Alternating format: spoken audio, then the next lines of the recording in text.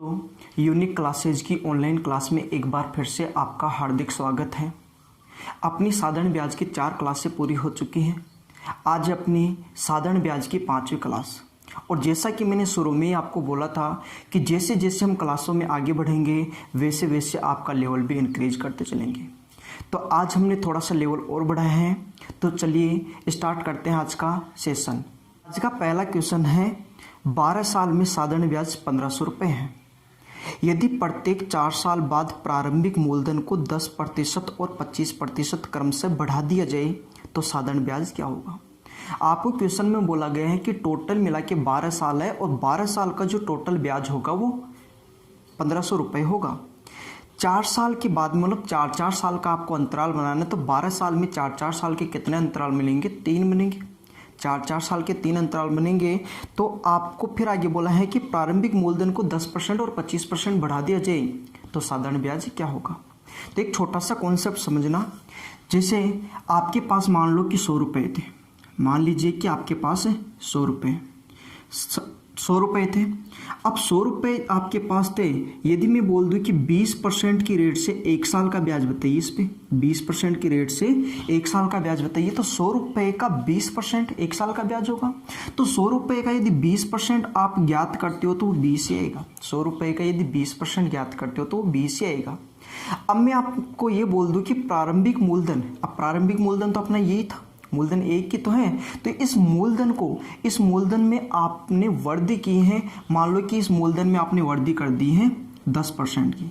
यदि इस मूलधन में आपने 10% की वृद्धि की है तो इसका मतलब ये हुआ कि पहले 100 था, 10% और बढ़ गया, मतलब कितना हो जाएगा? 110 रुपये हो जाएंगे। पहले मूलधन 100 रुपये था तो 100 रुपये पे 20% की रेट से ब्याज कितना था? 20 था। अब मैं बोलूँ कि प्रारंभिक मूलधन को यदि 10% बढ़ा दिया तो मूलधन हो गया 110 है। अब इस पे यदि मैं 20% का ब्याज ज्ञात करता हूँ, यदि इस पे 20% का ब्याज ज्ञात करते हैं, मतलब इसका यदि हम 20% निकालते हैं, यदि इसका हम 20% निकालते हैं तो 110 का 20% कितना होगा? 22 होगा। 110 का 20% कितना होगा? 22 होगा। तो आप देखोगे कि 100 रुपये का 20% का ब्याज 20 रुपये था। 100 रुपये में 10% की वृद्धि कर दी 110 से, तो 110 का 20% कितना हो गया? 22 से। तो आप देखो 100 से 110 10% बढ़ गया, तो 20 से 22 कितना बढ़ा? 2 किस पे बढ़ा? 20 पे। तो आप बोलोगे इसमें 2 की वृद्धि हुई किस पे? 20 पे। और इसका यदि परसेंटेज निकालोगे तो आप किससे करोगे? 100 से मल्टीप्लाई करोगे। 0 से 0 कैंसिल, 2 से 2 कैंसिल। तो यहाँ भी देखोगे कितने परसेंट की वृद्धि हुई है? 10% की। यहाँ भी देखो कि 10% की वृद्धि हुई है। तो आप सीधा ये बोल सकते हो कि प्रारंभिक मूलधन को यदि आपने 10% बढ़ाया है, प्रारंभिक मूलधन को यदि आपने 10% बढ़ाया है तो ब्याज को भी आपने कितना बढ़ाया है? 10%। यदि मूलधन में 10% की वृद्धि हुई है तो ब्याज में भी 10% की वृद्धि हुई है। यदि मूलधन में 15% की वृद्धि किया होता तो ब्याज में भी 15% की वृद्धि होती। यदि मूलधन में 20% की वृद्धि की होती तो ब्याज में भी 20% की वृद्धि होती। इसी कॉन्सेप्ट पे आधारित रहेंगे आज के अपने ये क्वेश्चन। तो आज का क्वेश्चन ये दे रखा है कि 12 सालों का जो ब्याज है वो 1500 रुपये है। 12 सालों का जो ब्याज है वो 1500 रुपये है। तो हम ऐसे बोल सकते हैं क्या कि 12 सालों में अपने को कुल मिला के ब्याज के रूप में मिलेंगे 1500 रुपये। 12 सालों में ब्याज के रूप में मिलेंगे 1500 रुपये। और 4 साल के गैप बनाने हैं तो 4 साल का मतलब कितने गैप बनेंगे? 3, मतलब 3 बार ब्याज मिलेगा। 3 इसके टुकड़े 3 कर लेते हैं हम। तो 1500 रुपये के यदि आप 3 टुकड़े करोगे तो पहला 500, ये पहले 4 साल का, फिर दूसरा 500, ये दूसरे 4 साल का, ये तीसरा 500, ये तीसरे 4 साल का। 4 साल के आपको गैप बना लेने हैं। ये 4 साल, ये 4 साल और ये 4 साल। उसने ये बोला है कि प्रत्येक 4 साल के बाद में प्रारंभिक मूलधन को 10% और 25% बढ़ा दिया। 4 साल के बाद में मतलब ये 0 से लेकर 4 साल तक की बात होगी। यहाँ पे कोई चेंज नहीं है, लेकिन 4 साल के बाद में मतलब यहाँ पे, और फिर 4 साल बाद में मतलब यहाँ पे चेंज किया आपने। मूलधन को यहाँ पे आपने बढ़ाया है 10% और 25%। इसका मतलब क्या हुआ? यदि मूलधन को आपने बढ़ाया है तो ब्याज भी बढ़ेगा। यदि मूलधन को आपने पहले 10% बढ़ाया है तो यहाँ भी कितने की वृद्धि हो जाएगी? 10% की। यहाँ भी आपको 10% की वृद्धि करनी पड़ेगी। इसी प्रकार यहाँ पे आपने फिर से कितना बढ़ाया है? 25%। तो यहाँ पे कितने की वृद्धि हो जाएगी? 25% की। यहाँ पे वर्दी होगी 10% की, यहाँ पे वर्दी होगी 25% की। यदि मैं आपसे बोलता हूँ कि 500 का 10% ज्ञात कीजिए, तो 500 का 10% कितना होगा? 50 से तो होगा। परसेंट कैसे ज्ञात करते हैं? ऐसे ही तो ज्ञात करते हैं। 500 और 10% का मतलब 10 बटा कितना हो जाएगा? 100। 2 जीरो से 2 जीरो कैंसिल, कितना होगा? 50। तो यहाँ पे कितना बढ़ जाएगा? 50। मतलब 500 रुपये मिल रहा था, अब 50 और मिलेगा तो 550 मिलेगा यहाँ पे। इसी प्रकार यहाँ पे 25% की वर्दी, तो 500 का 25% अपने को निकालना है। 500 का 25% ऐसे आप ज्ञात करोगे। 500 का 25%, 2 जीरो से 2 जीरो कैंसिल, 25 गुना 5 कितना हो जाएगा? 125। मतलब यहाँ पे 125 रुपये एक्स्ट्रा मिलेंगे।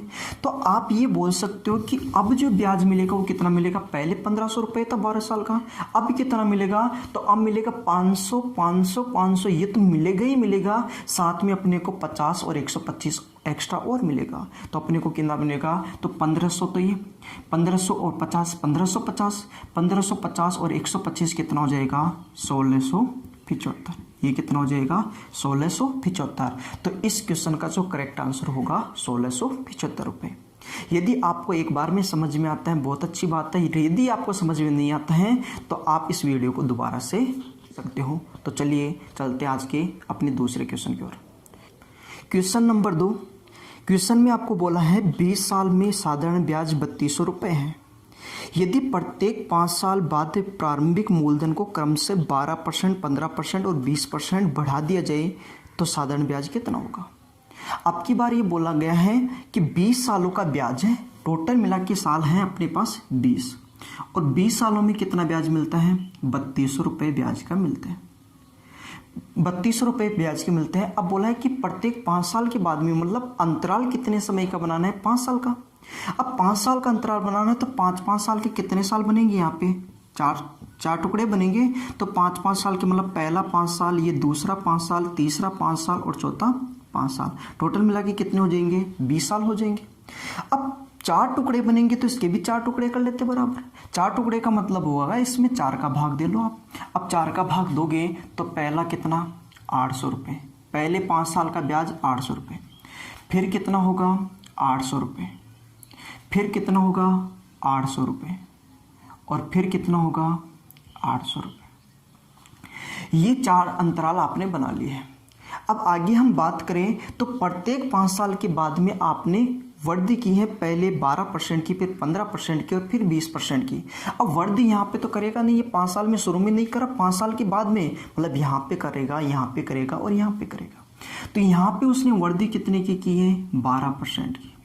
यहाँ पे 12%। यदि मूलधन को 12% बढ़ा है तो ब्याज भी 12% बढ़ेगा। यहाँ पे उसने जो वर्दी की है वो की है 15% की। यहाँ पे उसने जो वर्दी की है वो की है उसने 20% की। ये उसने वर्दी की है 12%, 15% और 20%। अब आप देखोगे यदि 800 का 12% निकाल लिया जाए तो 800 पे कितने रुपए की वर्दी होगी?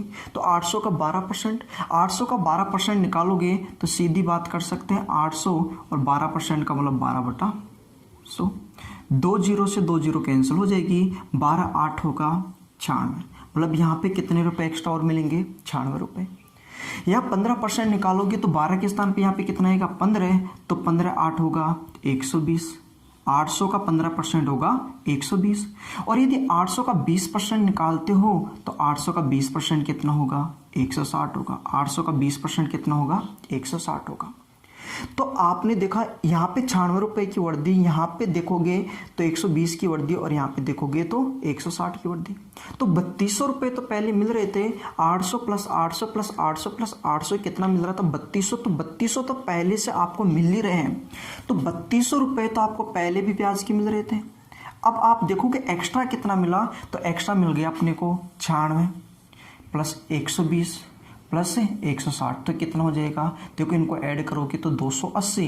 280 और 96 कितना हो जाएगा? 280 और 96 हो जाएगा 376।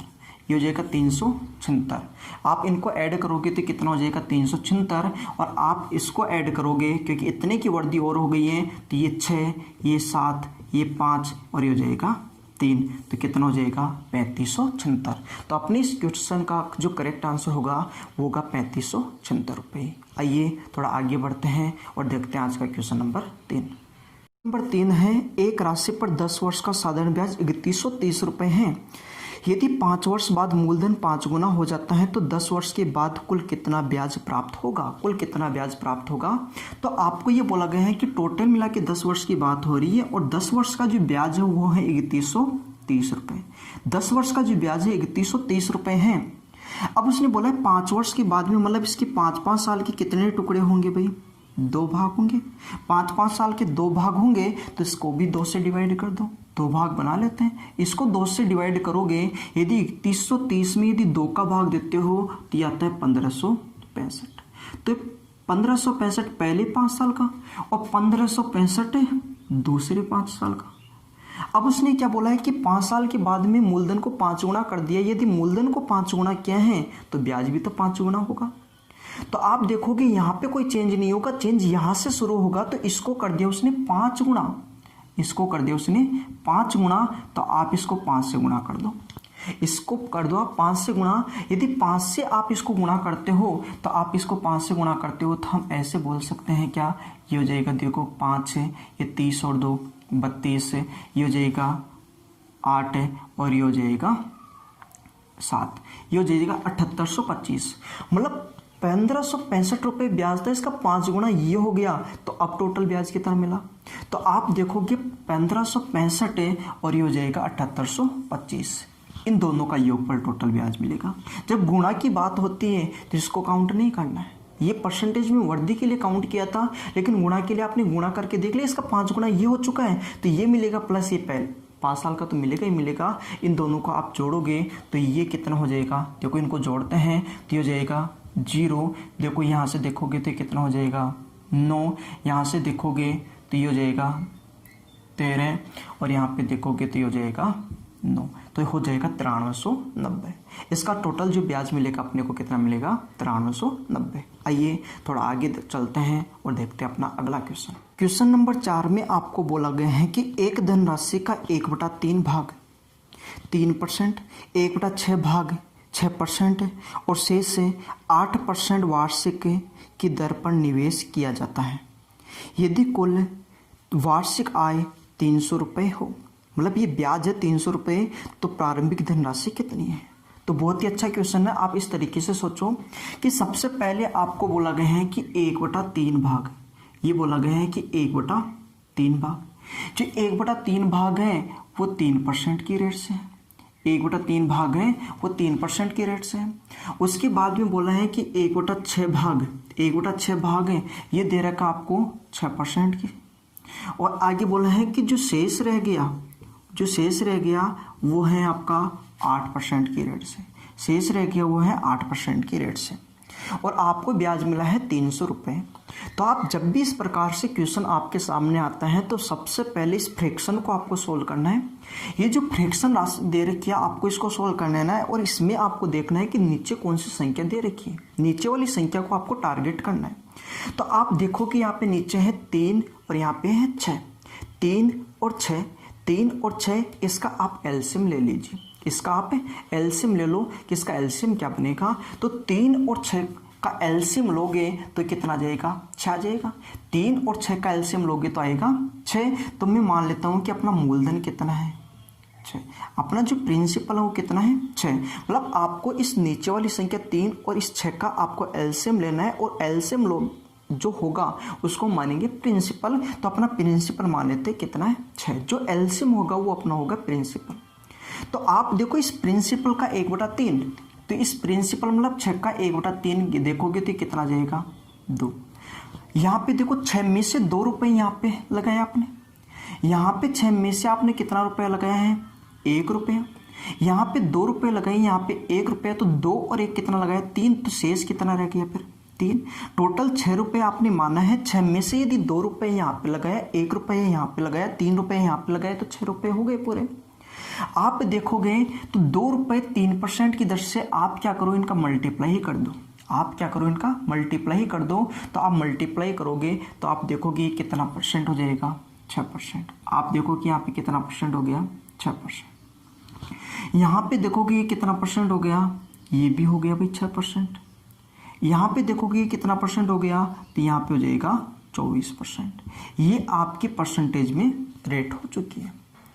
आप मूलधन का गुणा परसेंटेज से सीधा कर दो, यहाँ पे होगा 6%, यहाँ पे होगा 6%, यहाँ पे होगा 6%, तो टोटल मिला के आपको ब्याज कितना मिला, आपको टोटल मिला के ब्याज कितना मिला, तो 24 और 36 और 6 कितना हो गया 36%। मतलब आपको टोटल मिला के जो ब्याज मिला है वो कितना मिला है 36%। आपको टोटल ब्याज कितना मिला है 36 है। और इस 36% की जो वैल्यू क्वेश्चन में दे रखी है वो कितनी दे रखी है 300।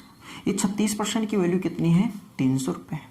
अब 36% की वैल्यू 300 रुपये है, तो आप क्या करोगे 1% की वैल्यू निकालोगे। 1% की वैल्यू के लिए सीधा क्या करोगे, 300 में किसका भाग दे दोगे 36 का।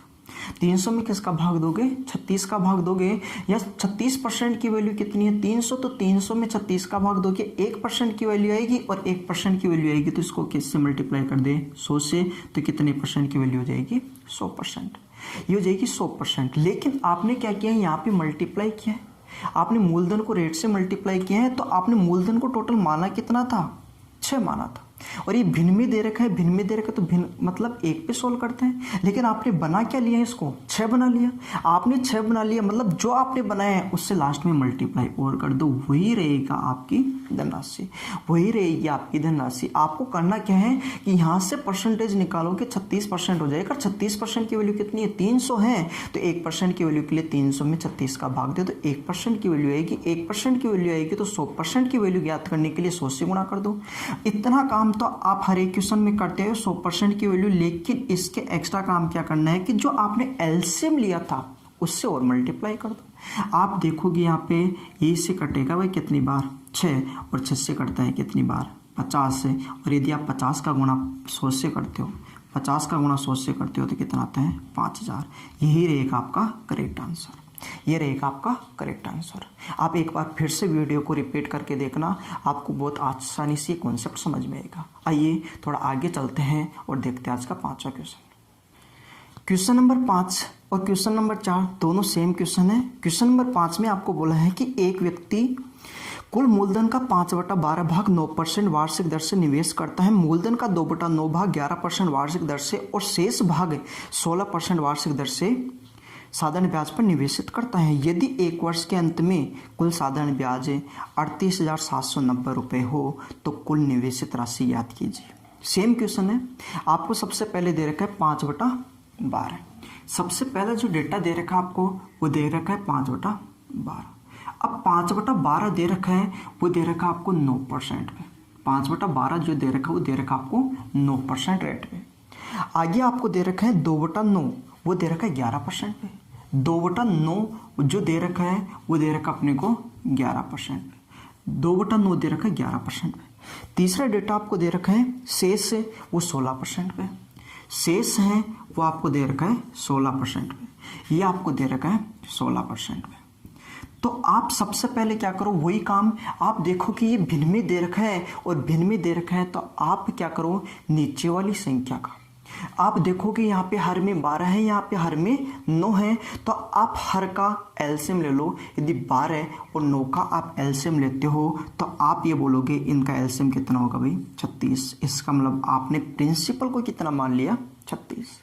प्रिंसिपल को आपने कितना माना है 36 माना है। आप क्या करो इन नीचे वाली संख्याओं का एलसीएम ले लो, तो 12 और 9 का एलसीएम लोगे तो होगा 36। मतलब प्रिंसिपल 36 है, 36 का 5/12 ज्ञात करोगे तो 5/12 का गुणा किससे कर दो 36 से। और ये देखोगे तो ये देखो कितनी बार कटेगा 3 बार, तो ये कितना आ जाएगा 15। यहाँ पे तो आएगा 15। इसी प्रकार इसको 36 से मल्टीप्लाई यदि आप करते हो तो ये कितनी बार कटेगा 4, तो ये कितना आ जाएगा 8। ये कितना आएगा 8। आप ध्यान से देखो यदि 36 रुपये आपने टोटल लिए हैं, 36 रुपये यदि आपने टोटल माना है, तो 36 में से आपको कितना मिला भाई 15 और 8 23 मिल गया। यदि 23 मिल गया तो फिर भी कितना रह गया 13 बाकी रह गया। तो आप देखो कि इन तीनों का योगफल करने पे वापस कितना आएगा 36। आप देखो यहाँ पे 15 है तो 15 गुणा 9 ये कितना हो जाएगा भाई ब्याज 135%। आप यहाँ पे देखोगे इन दोनों का मल्टीप्लाई करोगे तो ये कितना हो जाएगा 88% ब्याज। आप इन दोनों का मल्टीप्लाई करोगे, तो कितना आ जाएगा, ये होगा 8 और ये हो जाएगा 20, 208% ब्याज। ये ब्याज आपको मिलेगा 135%, 88% और 208% ब्याज मिलेगा। तो आपसे कोई पूछे कि टोटल ब्याज कितना परसेंट मिला, तो परसेंट में यदि टोटल ब्याज देखोगे तो इन सब का योगफल करोगे, और इन सब का यदि आप योगफल करना चाहते हो तो देखोगे 8, 8 16 और 5 कितना हो गया, 21। ये 21 देखो, 2 और 3 5 और 8 13, तो यह आ जाएगा 3। आप देखोगे 1 2 3 और 1 कितना हो गया, 4, 431%। मतलब टोटल ब्याज कितना मिलेगा, 431%। टोटल ब्याज मिलेगा आपको 431% है, और इसकी वैल्यू क्वेश्चन में आपको दे रखी है। इसकी वैल्यू अपने को क्वेश्चन में दे रखी है। वो क्वेश्चन में कितने दे रखी है, 38,790। ये दे रखा अपने को 38,790, ये अपने को दे रखा 38,790। यदि 431% की वैल्यू 38,790 है तो 1% की वैल्यू निकाल सकते हो। 1% की वैल्यू निकालोगे तो 38,790 को डिवाइड कर देंगे 431 से, इसको डिवाइड करेंगे 431 से, ये हो जाएगी 1% की वैल्यू। यदि 1% की वैल्यू आ गई तो आपको क्या करना है, 100% की वैल्यू, और 100% की वैल्यू के लिए किससे मल्टीप्लाई, 100 से। 100% की वैल्यू ज्ञात करने के लिए 100 से मल्टीप्लाई। लेकिन मैंने अभी पिछले क्वेश्चन में बोला है कि यहाँ तक काम तो आप हर एक क्वेश्चन में कर लेते हो, लेकिन एक्स्ट्रा इस क्वेश्चन में क्या काम करना है कि जो मूलधन आपने माना है उससे मल्टीप्लाई कर दो। तो मूलधन आपने कितना माना है, 36 से, तो आप क्या करोगे, 36 से मल्टीप्लाई इसका कर दोगे, इसको आप 36 से मल्टीप्लाई कर दोगे। इतना काम आप लोग कर दोगे। अब यदि आप इसकी कैलकुलेशन बनाओगे, कि कैलकुलेशन करते हो तो कैलकुलेशन में देखो यहाँ पे क्या है, 9 है, और यहाँ पे क्या है, 1 है। आप देखोगे यहाँ पे 9 है, यहाँ पे 1 है, तो आप देखोगे कितनी बार कटना चाहिए, 9 3 9 बार कटेगा, 1 0 रह गई तो ये कितनी बार कट जाएगा, 90 बार। ये कितनी बार कैंसिल होने वाला है, 90 बार कैंसिल होने वाला है। आप इनका मल्टीप्लाई करो, 36 का गुणा 9 से करते हो तो ये आता है 324। 36 का गुणा यदि 9 से करते हो 324 है, 1 2 3 0 बाकी रहेगी, तो 1 2 3 0 आप लगा दोगे तो ये आंसर कितना बनेगा, 3,24,000। जो आपकी धनराशि रहेगी वो रहेगी 3,24,000। आइए थोड़ा आगे चलते हैं और देखते हैं अपना अगला क्वेश्चन। और शानदार सा क्वेश्चन में आपको बोला गया है कि कोई धन 2 साल के लिए x% की दर से उधार लिया गया। यदि y ज़्यादा साल के लिए 2x% की दर से उधार लिया गया होता तो ब्याज 5 गुना होता, तो y का मान ज्ञात कीजिए। मतलब y की वैल्यू क्या होगी। आपको सबसे पहली लाइन में आपको बोला गया है कि 2 साल के लिए x% की दर से कोई धन लिया गया है। कोई धन होगा, पता नहीं है वो धन क्या है। तो हम फॉर्मूले से सबसे पहले क्वेश्चन को करते हैं। फॉर्मूला क्या होता है, फॉर्मूला होता है SI बराबर PRT बटा 100। SI बराबर होता है PRT बटा 100। ये फॉर्मूला किसका होता है, साधारण ब्याज का। ये फॉर्मूला होता है अपने साधारण ब्याज का। SI का फॉर्मूला होता है PRT बटा 100। P मतलब मूलधन, रेट, टाइम। तो मूलधन, कोई मूलधन होगा तो मूलधन का अपने को पता नहीं है, तो मान लेते हैं मूलधन क्या रहेगा, P रुपये रहेगा। तो पहली लाइन से देखो कि मूलधन मान लिया आपने कितना है, P। रेट कितनी दे रखी है, x% दे रखी है, कितने साल के लिए, 2 साल के लिए। तो PRT और बटे में क्या, 100। ये तो पहली बात हो गई, पहले साल के लिए हो गया। उसके बाद में क्या बोला है, उसके बाद में उसने बोला है कि जो अब रहेगा अपना, वो रहेगा वही मूलधन है। मूलधन तो अभी भी वही है, P रुपये है, लेकिन अब कितने रेट से होगा, 2x% से होगा, और पहले से कितनी ज़्यादा समय के लिए, y। तो पहले ये 2 साल के लिए था, तो अब हो जाएगा 2 और कितना ज़्यादा और होगा, y। तो 2 + y के लिए होगा, 2 + y बटा 100। साथ में ये भी बोला है कि अब जो ब्याज मिलेगा वो पहले वाले का 5 गुना मिलेगा। अब जो ब्याज मिलेगा वो पहले वाले का 5 गुना मिलेगा। तो पहले वाले का 5 गुना कितना हो जाएगा, ये पहले वाला है, दूसरे वाला है। यदि पहले वाले को हम 5 से गुणा कर दें तो ये आपस में क्या हो जाएगा, बराबर हो जाएगा।